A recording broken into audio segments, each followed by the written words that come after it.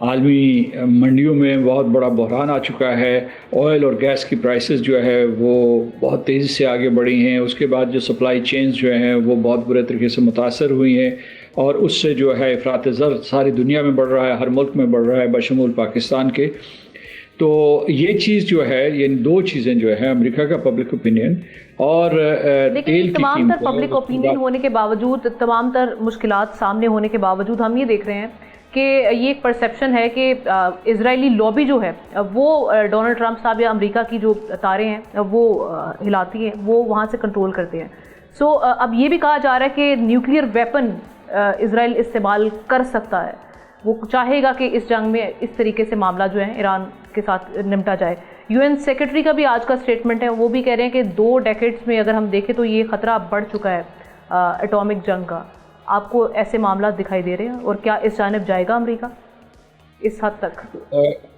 گزشتہ برس اس کی بازگشت تھی, کیونکہ کہا جاتا تھا کہ صدر نیتن یاہو نے جو فردو, نتنز اور اصفہان کی ایٹمی تنصیبات کے اوپر جب حملہ کیا تھا تو اس کی ایک وجہ یہ تھی کہ اسرائیل نے پس پردہ دھمکی دی تھی, امریکہ کو دھمکی دی تھی, یا ان کو یہ خبر دی تھی کہ اگر آپ حملہ نہیں کریں گے تو ہم جو ہے ایک نیوکلیئر حملہ کر دیں گے. تو اس وجہ سے انہوں نے کہا کہ امریکہ جو ہے اس قسم کے حملے کر دیتا ہے ان تنصیبات کے اوپر. اس مرتبہ پھر یہی خبر گردش کر رہی ہے اور اس میں جو ہے اسرائیل کسی بھی حد تک جا سکتا ہے. صرف امریکہ نے ہیروشیما اور ناگاساکی میں ایٹم بم استعمال کیے تھے, مگر وہ بہت کم توانائی کے تھے اور ان کی جو تھی اس زمانے میں ابھی جو کروڈ نیوکلیئر ویپنز بنے تھے اب تو بہت سوفسٹیکیٹڈ ہیں. اور جو اسرائیل ہے وہ ایک مسلمہ طاقت ہے, اور اس سلسلے میں یہ 2 چیزیں ہو سکتی ہیں. ایک تو یہ کہ یہ سائی وار ہو سکتی ہے, نفسیاتی جنگ ہے کہ ایران کو یہ دھمکی دی جائے کہ آپ ہتھیار ڈالیں ورنہ یہ ہے کہ یہ حربہ بھی استعمال ہو سکتا ہے. دوسرا یہ ہے کہ نیتن یاہو اور اسرائیل سے یہ بعید نہیں ہے کہ وہ جیسے ہیروشیما اور ناگاساکی میں ایٹم بم استعمال کیا گیا تھا اسی طریقے سے وہ بھی جو ہے یہاں بمباری کر دیں. اس میں یہ کہا جا رہا ہے کہ جو ہے کیونکہ وہ امریکہ کو ہمیشہ تانا دیتے رہتے ہیں جب غزہ کے سلسلے میں کہ آپ نے دوسری جنگ عظیم میں کتنے بے گناہ لوگوں کو مارا تھا, جو کولیٹرل ڈیمیج تھے, اگر ہم نے جو سویلینز کو مار دیا ہے تو اس سے کیا فرق پڑا ہے. لیکن جو خبریں آ رہی ہیں امریکہ سے, واشنگٹن سے, کہ صدر ٹرمپ اس کے لیے مائل نہیں ہیں, وہ اس کی اجازت دینے کے لیے تیار نہیں ہیں, نہ ہی ان کی ملٹری اسٹیبلشمنٹ اس کے حق میں ہے, نہ ہی ان کی سویلین قیادت اور یا کانگریس اس کے حق میں ہے.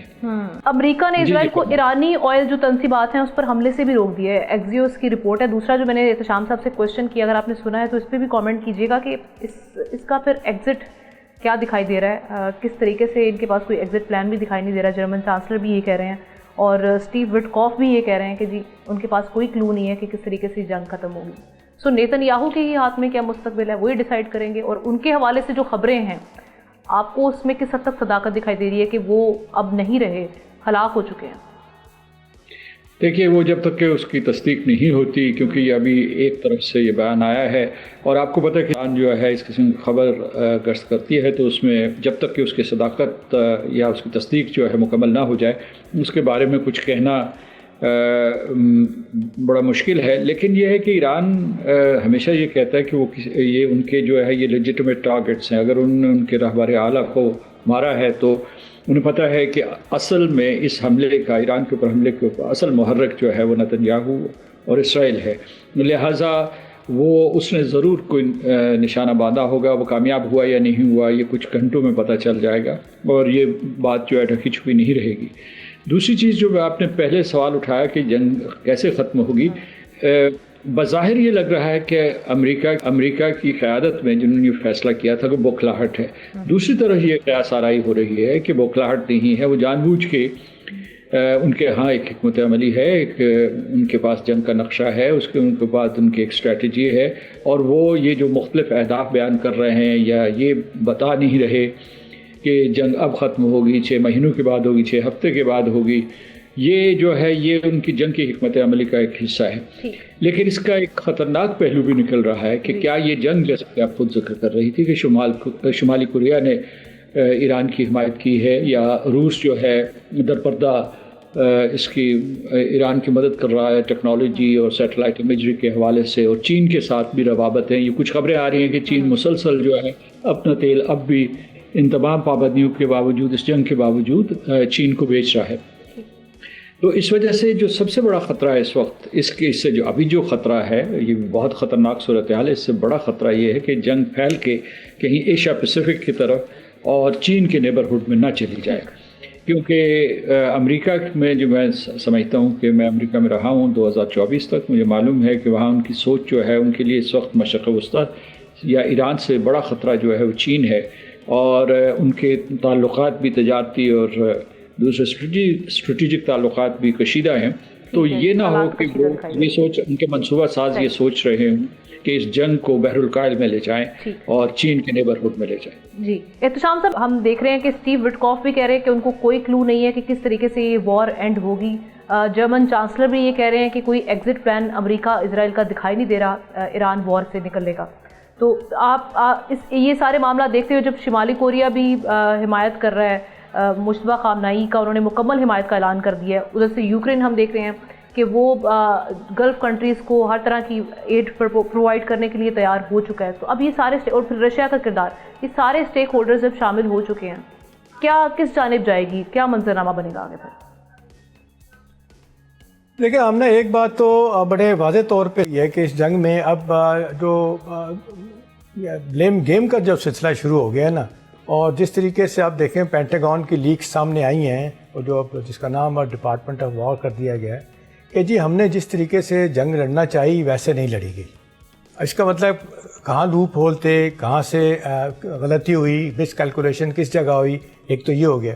پھر یہ جو ابھی سردار صاحب بات کر رہے تھے کہ جو یہ بات ہو رہی ہے کہ جی کن لوگوں کی طرف سے، کن ملکوں کی طرف سے مدد مل رہی ہے، یہ ٹرمپ صاحب سے بھی سوال پوچھا گیا تھا، چین اور جاپان کا، تو چین اور رشیا کا۔ چین کے بارے میں تو انہوں نے کچھ نہیں کہا، لیکن یہ کہا کہ میری اطلاع ہے کہ رشیا بھی اس میں نہیں ہے۔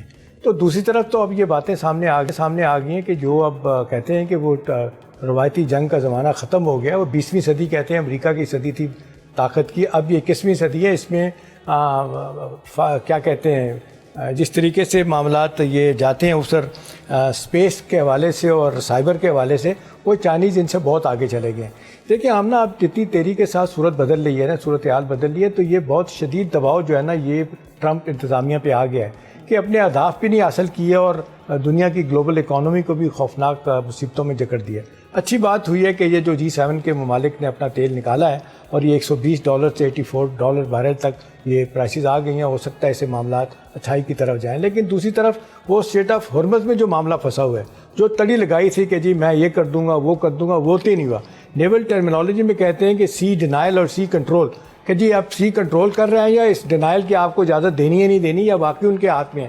تو بظاہر تو لگتا ہے کہ یہ اسٹریٹ آف ہارموز یہ باقاعدہ ہے جو ہے نا ان کے کنٹرول میں ہے۔ اب یہ الزامات شروع ہو گئے ہیں کہ جی وہ اب سرنگیں بچھائی جا رہی ہیں بارودی ایران کی طرف سے، تو میرا خیال ہے بے تحاشا ان کو مشکلات کا سامنا کرنا پڑ رہا ہے۔ اور وال اسٹریٹ جرنل کی آمنہ یہ رپورٹ کہتی ہے کہ اس جنگ کے خاتمے کے بعد اگر یہ پتہ چلتا ہے کہ موجودہ رہبر خامنئی کے صاحبزادے وہیں موجود ہیں اور یہ ایران کا نظام وہی جس کو کہتے ہیں تھیوریکریسی ہے اور مذہبی جس کو کہتے ہیں انتہا پسندی کے معاملہ وہی ہے، تو پھر ہمیں یہ ماننا پڑے گا کہ ہمارا فیلئر ہوا ہے، ہم یہ نہیں کہہ سکتے جنگ جیتی گئی۔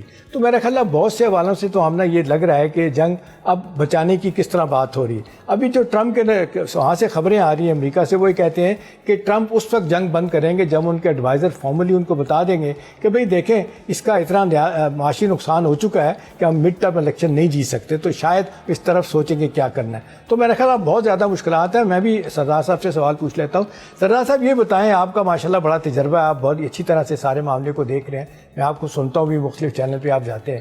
ایک تو جو آمنہ بات کر رہی تھی نا، ایک اس کو دوبارہ میں پوچھنا چاہوں گا، یہ جو خطرات کا اظہار کیا جا رہا ہے، پاکستان کی ایمبیسڈر ایک نائلہ چوہان ہے، ان کی میں ٹاک سن رہا تھا، انہوں کا کہنا ہے کہ میرا اپنا خیال ہے کہ اب یہ بکلاہٹ میں یہ جو ہے نا یہ ایٹم بم گرا سکتے ہیں، اور جس طریقے سے یہ معاملہ آگے جا رہا ہے، نیوکلیر لڑائی میں دیکھ رہی ہوں، اللہ نہ کرے ایسا ہو، تو یہ تو بڑے خوفناک اس کے معاملات ہو جائیں گے، یہ تابکاری اثرات۔ ہم تو بالکل ساتھ بیٹھے ہیں اور پوری دنیا میں آپ کو لگتا ہے کہ ٹرمپ کی پرسنالٹی کو دیکھتے ہوئے وہ یہ کام کر سکتے ہیں کہ نہیں اب نہیں کچھ ہو سکا تو یہ کیا جائے؟ اور دوسرا آپ کے خیال میں یہ سفارتکاری ناکام ہو گئی ہر طرف سے، کوئی بیچ کا راستہ نہیں نکل سکتا جنگ بند کرانے میں. اور یہ اپنے 2-3 باتیں ہوں گی, ایک ایران کا اور اپنے GCC ممالک کا جھگڑا اتنا کیوں آگے چلا گیا؟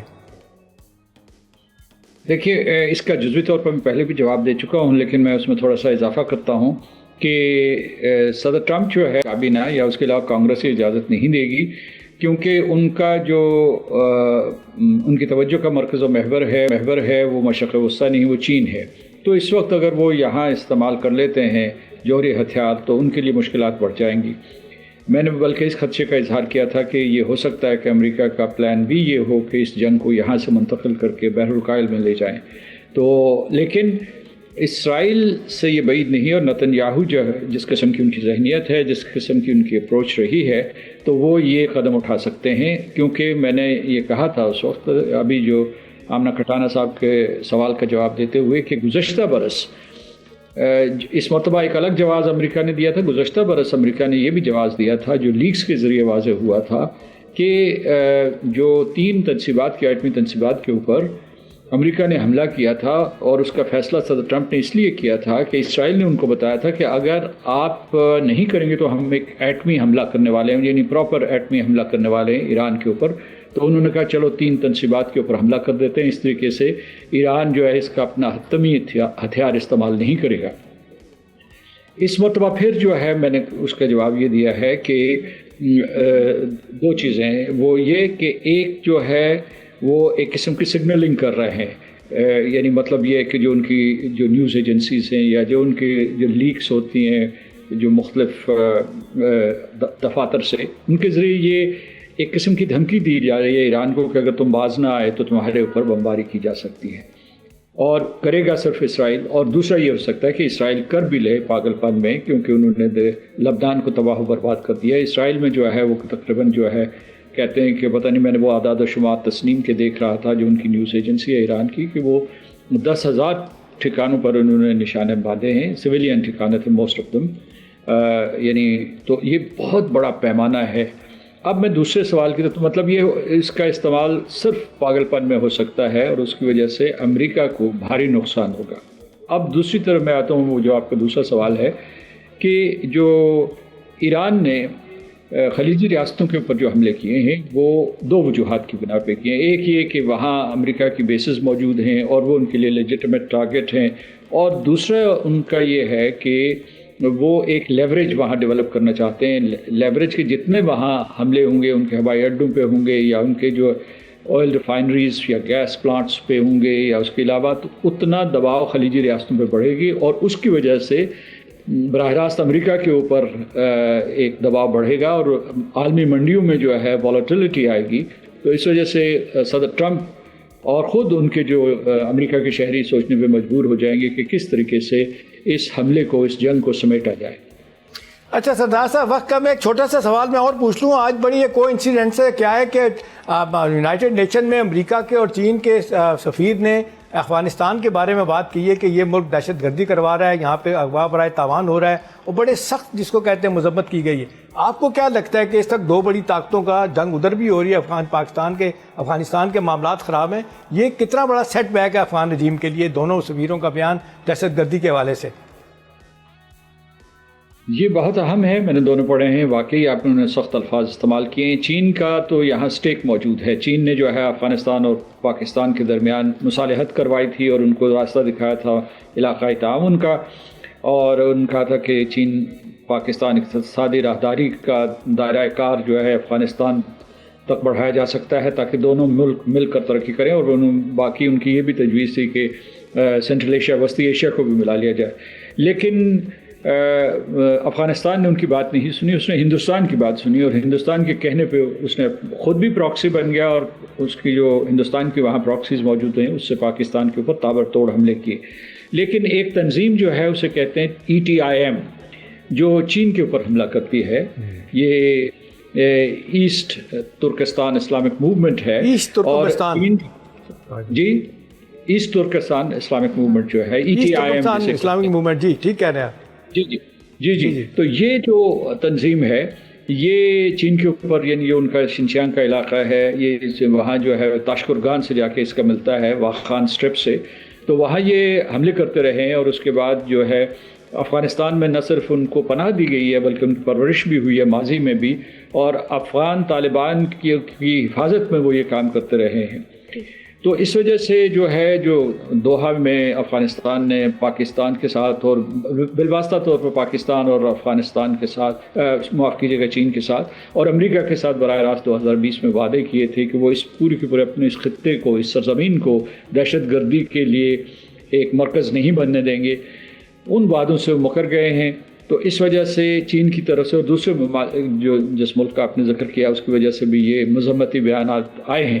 اس سے یہ بھی آپ سوچئے کہ یہ کیا وجہ ہے کہ یہ جب یہاں ایران کے اوپر حملہ ہوتا ہے تو اس سے 1 یا 2 دن پہلے 2 چیزیں ہوتی ہیں۔ ایک پاکستان کے اوپر بھی افغانستان حملہ کرتا ہے، اس کی سرحد کے اوپر بہت وسیع پیمانے پہ جو ہماری پوری بارڈر ہے اس کے اوپر وہ حملہ کرتا ہے، اور اسی وقت جو ہے جو نریندر مودی وہ وہاں اسرائیل میں موجود تھے اور انہوں نے کنیسٹ سے بھی خطاب کیا اور اس کے بعد ان کی باہمی مشاورت ہوئی۔ بہت سے معاملات پرٹیننٹ ہم دیکھ رہے تھے ساری سچویشن میں۔ بہت شکریہ سردار مسعود احمد خان صاحب کو۔ احتشام صاحب ساتھ ہی رہیں گے، ایک بریک کی جانب بڑھتے ہیں، بریک کے بعد واپس آئیں گے۔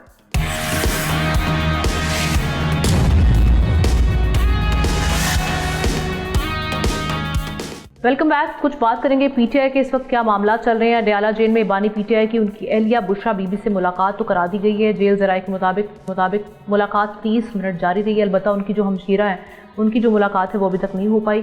ملاقات میں عمران خان کی صحت اور ان کی آنکھ کے حوالے سے تفصیلی گفتگو ہوئی ہے، ساتھ ہی عدالتوں میں زیر سماعت اپیلوں اور قانونی معاملات بھی زیر بحث آئے ہیں۔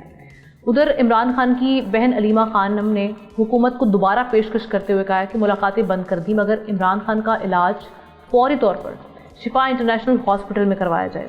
وکیل رہنما سلمان اکرم راجہ نے بھی امید ظاہر کی ہے کہ بانی پی ٹی آئی عید سے پہلے رہا ہو سکتے ہیں۔ اب یہ جو سارے معاملات بن رہے ہیں یہ سوچے گی شفا انٹرنیشنل ہاسپٹل کے حوالے سے، کیونکہ ملاقاتیں تو نہیں ہو رہی لیکن یہ جو علاج کے حوالے سے جو ان کا رائٹ ہے اس پر حکومت کس حد تک لچک دکھائے گی اور کیا سوچا جا رہا ہے اس حوالے سے۔ ساتھ ساتھ جو رہائی کی خبریں ہیں اس میں کس حد تک صداقت ہے، کیونکہ آج جو ہم دیکھ رہے ہیں کہ ان کے وکیل سلمان صفدر نے کہا کہ ان کے client Imran Khan medical grounds پر ریلیف نہیں چاہتے، عدالت کو انہوں نے یہ دلائل دیتے ہوئے کہا ہے۔ سو اب کیا معاملات بنیں گے، اسی پر احتشام صاحب کی خبر اور تجزیہ دونوں لیتے ہیں۔ جی احتشام صاحب۔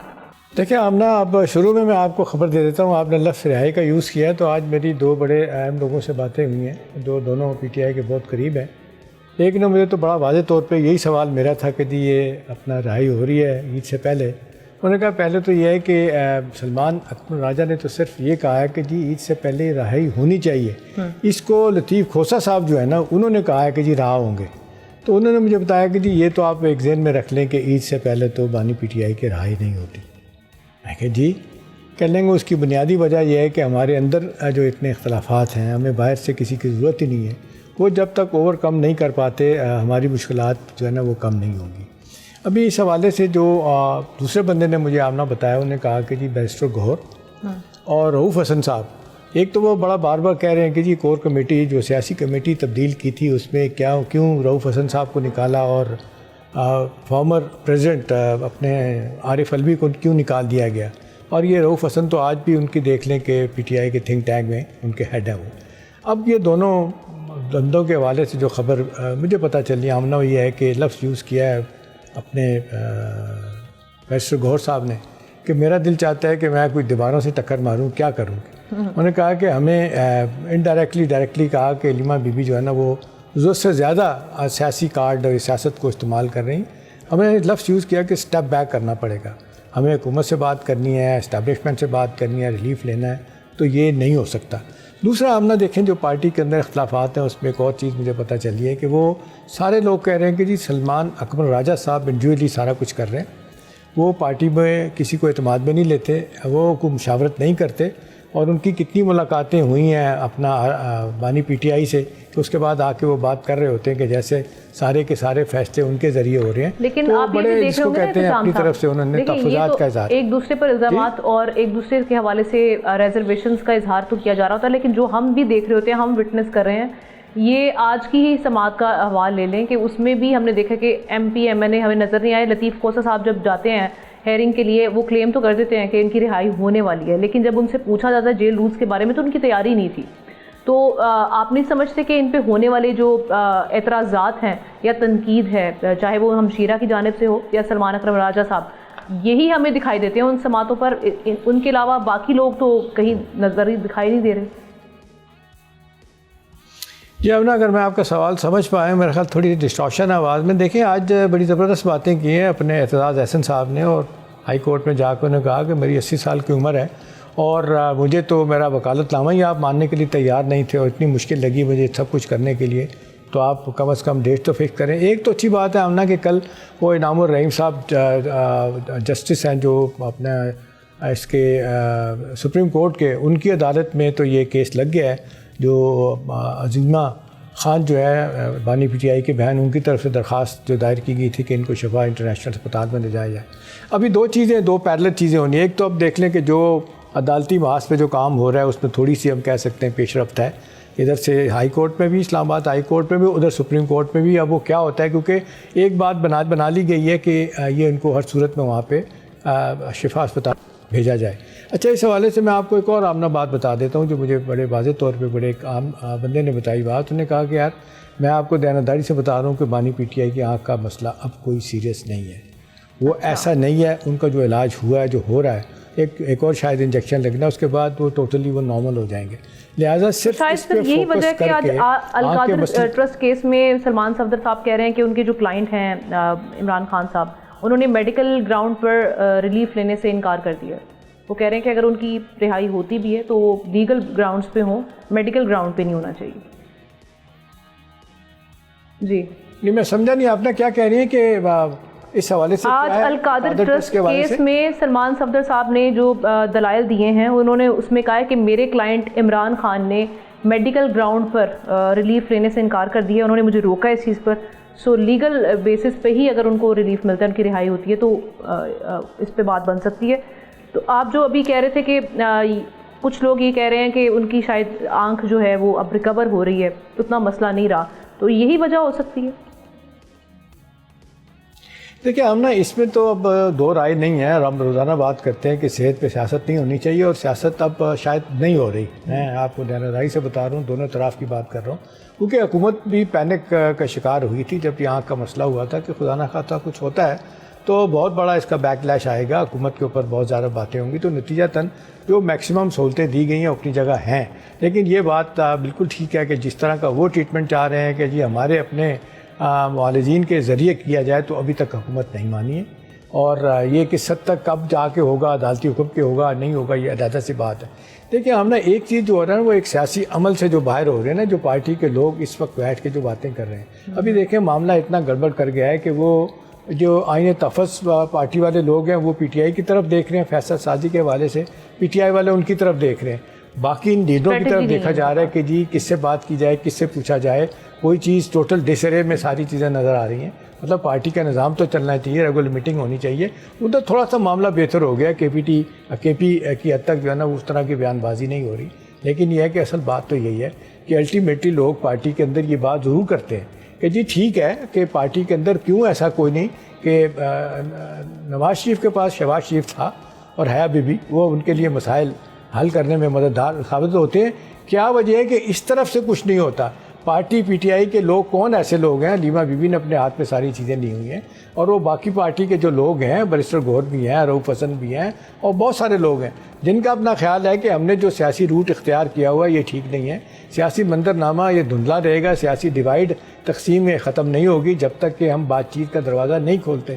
ہم اگر شرائط سے باتیں کریں گے، کنڈیشنل ہو کے باتیں کریں گے کہ جی نہیں پہلے ہماری ملاقات کرائی جائے، بانی کے پاس جایا جائے، پھر ساری چیزیں طے ہوں گی، تو انہوں نے کہا اتنا عرصہ ہو گیا، اتنا وقت گزر گیا ہے، ابھی تو لوگ بھی تھک گئے ہیں، اب تو سڑکوں پہ بھی آنے کے لیے تیار نہیں ہے. ابھی دیکھ لیں تحریک پہ تحریک چلانے کی بات ہی کچھ نہیں ہوا. ذاتی طور پہ ہم اگر مجھے آپ سے پوچھیں تو میں یہ بات ضرور کہوں گا کہ اس حوالے سے جو ایک سیاسی نقطہ نظر ہے نا، وہ سیاسی اپروچ اڈاپٹ کرنے کی ضرورت ہے. لاسٹلی آپ مشکل میں پاکستان کی سیاست میں لاسٹلی جیسے آپ بھی بات کر رہے ہیں کہ اتنا مسئلہ نہیں رہا، تو ایک تو یہ کہ حکومت پھر کیا شفا انٹرنیشنل ہاسپٹل، کیونکہ بار بار ایک ہی مطالبہ آ رہا ہے نا، ایک تو یہ معاملہ تھا کہ ملاقات نہیں کروائی جا رہی، اب تو انہوں نے یہ اس مطالبے سے پیچھے ہٹ چکے ہیں، اب وہ کہہ رہے ہیں ہاسپٹل تک کا معاملہ ہے، اس پہ حکومت کچھ لچک دکھائے گی؟ یہ اچھا سوال ہے ہم نا، اس کا میں آپ کو ون لائنر جواب دیتا ہوں. ایک ہی لفظ ہے، سوشل میڈیا انفلوئنسرز.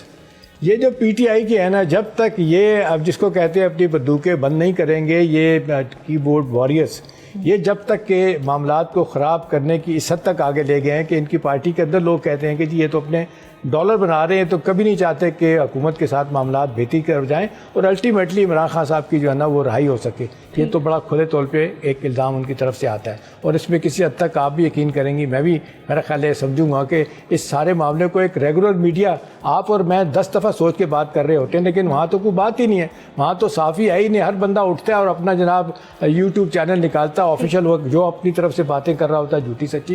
اور ان کے تو میں ذاتی طور پہ بہت سارے لوگوں کو جانتا ہوں وہ جو کہتے ہیں کہ جی ہم تو پی ٹی آئی کی بات کریں گے تو ہمیں پیسے ملیں گے چاہے جو مرضی ہو جائے. ہم نے یہ بڑا سوسائڈل رویہ ہے، یہ پارٹی کی قیادت کے لیے، باقی لوگوں کے لیے ایک بڑی مشکلات پیدا کر رہے ہیں. وہ پارٹی جو اچھی خاصی پورے ملک میں ہے اس کو چاہیے کہ اپنے آپ کو بچا کے چلے، اور وہ جو پارٹی کے اندر جو سیاست پہ نگاہ رکھتے ہیں، جو لچک کا لفظ یوز کر رہے ہیں ہم نا کہ ہمیں لچک دکھانی چاہیے، دوسری طرف سے بھی دکھانی چاہیے کہ سیاسی تقسیم ختم ہو حکومت کی طرف سے بھی.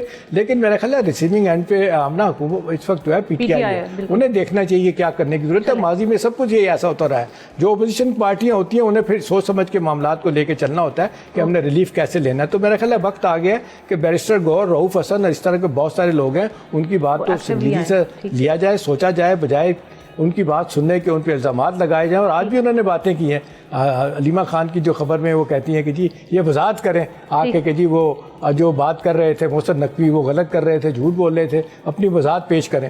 وہ تو یہی کہہ رہے ہیں، آج مجھے پتہ چلا انہوں نے کہا کتنی دفعہ وضاحت پیش کریں، میں کتنی دفعہ آپ کو بتائیں معاملات. یہ پرو ایکٹیولی آگے آتا ہے یا کیا معاملے کی تقسیم تو ہم دیکھ رہے ہیں دن بدن بڑھتی چلی جا رہی ہے، اور اسی وجہ سے ہم دیکھ رہے ہیں کہ کئی معاملات جو ہیں وہ ڈیڈ لاک کا شکار ہیں. بہت شکریہ احتشام صاحب، آپ کا بڑا انسائٹ فل تجزیہ ہمیں دیا.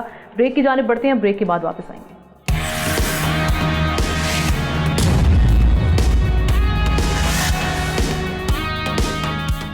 ایران جنگ کے بعد ہم دیکھ رہے ہیں کہ ایک ہی دن میں پیٹرول کی عالمی مارکیٹ میں قیمت نے ایسا یو ٹرن لیا کہ دنیا حیران رہ گئی ہے. قیمت $120 سے $84 فی بیرل تک آ گئی ہے. پاکستان میں حکومت نے فوری طور پر پیٹرول کی قیمت میں $55 فی لیٹر کا بڑا اضافہ کر دیا تھا. پیٹرول کی کھپت زیادہ ہونے سے حکومت کو روزانہ تقریباً $9 کروڑ اضافی آمدن حاصل ہونے لگی ہے. ذرائع کے مطابق اضافی محصول کی مد میں اب تک تقریباً $50 کروڑ وصول ہو چکے ہیں. اگر یہی رفتار برقرار رہی تو ایک ماہ میں 3 سے $3.5 ارب تک اضافی رقم خزانے میں جا سکتی ہے. تو پاکستان کے جو عوام ہیں ان کو کیا اس پر ریلیف ملے گا، یہ ایک سوال. دوسری جانب ہم یہ دیکھ رہے ہیں کہ سعودی کمپنی ارامکو نے خبردار کیا کہ اگر اسٹریٹ آف ہارمز بند رہی تو تیل کی عالمی منڈی کو شدید جھٹکا لگ سکتا ہے. اب یہ جو ساری سچویشن ہے اس پر تجزیہ لیتے ہیں. ڈاکٹر سلیم صاحب اکانومی ایکسپرٹ ہمیں جوائن کر چکے ہیں. Thank you so much doctor صاحب فار یور ٹائم. سب سے پہلے تو یہ ہم نے دیکھا کہ فوراً سے $55 بڑھا دی گئی، حالانکہ یہ وہ والا آئل تھا جو ہم نے کم پرائسز پہ خریدا ہوا تھا، اس کی جسٹیفیکیشن ابھی تک نہیں مل پائی. لیکن اس کے بعد ہم دیکھ رہے ہیں کہ جب ڈکلائن آیا انٹرنیشنلی قیمتوں میں، ابھی تک اس پہ بھی کوئی بات چیت سامنے نہیں آ رہی کہ کیا یہ اب قیمتیں کم کریں گے. دوسرا یہ کہ 9 crore extra per day earning ہو رہی ہے رپورٹڈلی. سو اب اس کے بعد ہمیں کیا توقع رکھنی چاہیے؟ دیکھیے، پہلی بات تو یہ ہے کہ جو $55 کا اضافہ کیا گیا تھا اس کا جنگ سے کوئی تعلق نہیں، کیونکہ جنگ سے پہلے کا تیل پڑا ہوا ہے، پہلے کی قیمتیں دی ہوئی ہیں. تو ایک تو یہ واضح ہونا چاہیے کہ $55 کا اضافہ جو ہے اس کا ایران، اسرائیل، امریکہ کی جنگ سے قطعاً کوئی تعلق نہیں. اگر تعلق ہوتا تو شاید انڈیا بھی کچھ کرتا، بنگلہ دیش بھی کچھ کرتا، نیپال بھی کچھ کر دیتا، سری لنکا بھی کرتا. ان سب ممالک کا تیل جو ہے وہ اسٹریٹ آف ہارمز سے ہی آتا ہے. ان سارے ممالک میں صرف پاکستان نے کچھ کیا، تو اس کا جنگ سے ریلی کوئی تعلق نہیں. تو وزیر اعظم صاحب تو کہہ رہے تھے کہ ان کو تو $100 سے بھی اوپر بڑھانے کا کہا جا رہا تھا. انہوں نے تکلیف کو سمجھتے ہوئے جتنا ان سے کم ہو سکتا تھا وہ کیا. جی اس کا جواب تو وزیر اعظم صاحب دے سکتے ہیں کہ ایسا کیوں کیا یا کیوں نہیں کیا. دیکھیے 5 میجر پلیئرز ہیں پاکستان کی جو آئل کی مارکیٹ. سب سے اوپر آپ سمجھ لیجیے کہ عوام ہے، کیونکہ سارے باقی جو کھلاڑی ہیں انہوں نے عوام کی ہی جیب سے پیسہ نکالا. $55 اضافہ ہوا، اس میں حکومت نے مال بنایا، اس میں ریفائنریز کو پیسہ ملتا ہے کیونکہ ان کا تیل کا ذخیرہ پرانا جو اسٹاک خریدا ہوا ہے سستی قیمت پہ، اس کو اچانک جو ہے وہ $55 اضافہ مل جاتا ہے. اس میں آئل مارکیٹنگ کمپنیز کے پاس اسٹاک ہے, ان کو اچانک ایک ونڈ فال پروفٹ مل جاتا ہے. اس میں پیٹرول پمپس کے پاس تقریباً 2 سے 3 دن کا جو ہے وہ اسٹاک پڑا ہوتا ہے, ان کو اچانک جب صبح وہ پیٹرول پمپ پہ پہنچتے ہیں تو 55 پہ اضافہ مل جاتا ہے. اس میں نقصان ہوا ہے تو صرف عوام کا ہوا. 5 پلیئرز ہیں, 4 کا فائدہ ہے اور 1 کا نقصان ہے.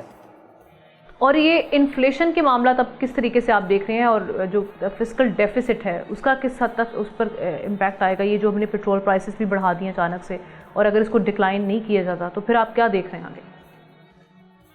دیکھیے 55 روپے فی لیٹر اگر پیٹرول کی قیمت بڑھائی جاتی ہے تو آپ سوچئے کہ بس کا کرایہ بڑھے گا, ٹرک کا کرایہ بڑھے گا, ٹرک میں جو سبزی آئے گی فارم سے بازار تک اس کا ریٹ بڑھ جائے گا. اور یقین جانیے کہ اس کا سب سے بڑا بوجھ جو ہے وہ اس غریب ترین پاکستانی پہ ہوگا جس کے پاس نہ موٹر سائیکل ہے اور نہ کار. اس کو نظر آئے گا جب 8 سے 10% اس کی روٹی کی قیمت بڑھ جائے گی. 8 سے 10% جو بھی کچن کا آئٹم ہے جس میں ہم کہتے ہیں کہ 8 سے 10% تقریباً ٹرانسپورٹیشن کا کاسٹ ہوتی ہے, وہ سب چیزیں بڑھ جائیں گی. میرا تخمینہ یہ ہے کہ ابھی ہمیں حکومت بتا رہی ہے کہ جو شرح ہے مہنگائی کی وہ کوئی 6 سے 7% ہے. 55 روپے تیل کی قیمت میں اضافے کے بعد میرا تخمینہ یہ ہے کہ یہ 12-13% پہ پہنچ جائے گی, تو تقریباً ریٹ آف انفلیشن جو ہے وہ ڈبل ہو جائے گا. اور جو ارامکو کی جانب سے یہ کہا گیا کہ یہ انہوں نے وارن کیا ہے کہ اگر یہ اسٹریٹ آف ہارمز یہ اس کا کلوجر ہوتا ہے تو آئل مارکیٹ کو بڑا شوق لگے گا. ایک تو یہ کتنا ریئلسٹک ہے, اور اس کے بعد پاکستان کو اسے میٹیگیٹ کرنے کے لیے فوری طور پر کیا کرنا چاہیے؟ دیکھیے پہلی بات تو یہ ہے کہ میرا خیال یہ ہے کہ اسٹریٹ آف ہرموز جو ہے وہ زیادہ دیر تک بند نہیں رہ سکتی, اور اس کی وجہ یہ ہے کہ جو تیل پروڈیوس کرنے والے ممالک ہیں جن میں سعودی عربیہ ہے, جن میں ایران اٹسیلف ہے, کویت, قطر, عراق, ان سب کا تیل جو ہے وہ اسٹریٹ آف ہرموز سے گزرنا ہے. ایران کا اپنا پیسہ بھی, اپنی آمدن بھی قطعاً بالکل بند ہو جاتی ہے اگر اسٹریٹ آف ہرموز بند ہو جاتی ہے. دوسری طرف جو ممالک یہ تیل وصول کر رہے ہیں ان میں بڑی بڑی طاقتیں ہیں, ان میں چین ہے, ان میں جاپان ہے, ان میں انڈیا ہے, پاکستان ہے, ساؤتھ کوریا ہے, ویتنام ہے, ان سب کا تیل وہاں سے گزر کے آتا ہے. تو یہ سارے ممالک جن کا میں نے آپ کو ذکر کیا, ان سب کے معاشی مفاد میں نہیں ہے کہ یہ اسٹریٹ آف ہرموز زیادہ دیر تک بند رہے. اور دوسری طرف ایک بہت بڑا ادارہ ہے جو کہلاتا ہے IAE, انرجی ایجنسی ہے, جس میں امریکہ شامل ہے, G7 کے ممالک شامل ہیں. انہوں نے کل ایک قرارداد پیش کی ہے کہ ان کے پاس کوئی 1.2 ارب بیرل تیل جو ہے وہ ذخائر میں انہوں نے اسٹاک کر کے رکھا ہے. اس میں سے کہیں 200-300 ملین بیرل آج پرپوزل وہ IAE کے سامنے رکھی جائے گی, اور وہ منظور ہوتی ہے یا نہیں ہے تو اس کی کانفرنس کے بعد پتہ چلے گا. لیکن تیل بہت ہے ان کے پاس, اور اگر وہ پھینکا جاتا ہے تو سوچئے جو ہم 15-20 ملین بیرل کی بات کرتے ہیں اسٹریٹ آف ہرموز کی, کئی مہینے تک اس کی سپلائی جو ہے یہ اس ادارے کے جو ریزروز ہیں اس میں سے نکالی جا سکتی. بالکل ٹھیک. اور ابھی جو میں پہلے بات کری تھی 9 کروڑ جو ایکسٹرا پر ڈے ہم کر رہے ہیں, اس کو خزانے میں ڈالنا جو اضافی محصول ہے, اس میں ٹرانسپیرنسی, اور آپ سمجھتے ہیں کہ اس حوالے سے کوئی پالیسی اپنائی جائے گی؟ کیونکہ ابھی ہم دیکھتے ہیں مفتاح اسماعیل بھی کہہ رہے تھے کہ کرپشن کی بو آ رہی ہے یہ جو ابھی پرائسز بڑھی ہیں. دیکھیے میں نے جیسے کہا کہ 4 ایسی اینٹیز ہیں that stand to make money, جو پیسہ بنائیں. ریفائنریز ہے وہ پرائیویٹ سیکٹر میں ہے, وہ بلین روپیہ بنائیں گی. 55 روپے اگر اضافہ ہوتا ہے. اسی طرح جو پیٹرول پمپ ہیں وہ اوسطاً ایک پیٹرول پمپ جو ہے وہ کوئی 7-8 لاکھ روپیہ اس دن کا جو ہے وہ اس کے پاس اسٹاک کے اوپر بن جائے گا. حکومت کو پیسہ جائے گا, اس میں یہ شک کرنا کہ شاید وہ وہاں سے سلپ ہو جائے گا, وہ حکومت کے خزانے میں ہی جائے گا. اب اس کو استعمال کیسے کیا جاتا ہے آل ٹوگیدر, لیکن یہ ریفائنریز پیسہ بنائیں گی جو پرائیویٹ سیکٹر میں ہے. آئل مارکیٹنگ کمپنی سب سے بڑی جو ہے وہ پاکستان اسٹیٹ آئل ہے, اور وہ سرکاری کمپنی ہے, وہ بلین روپیہ بنائے گی. اسی طرح ریفائنریز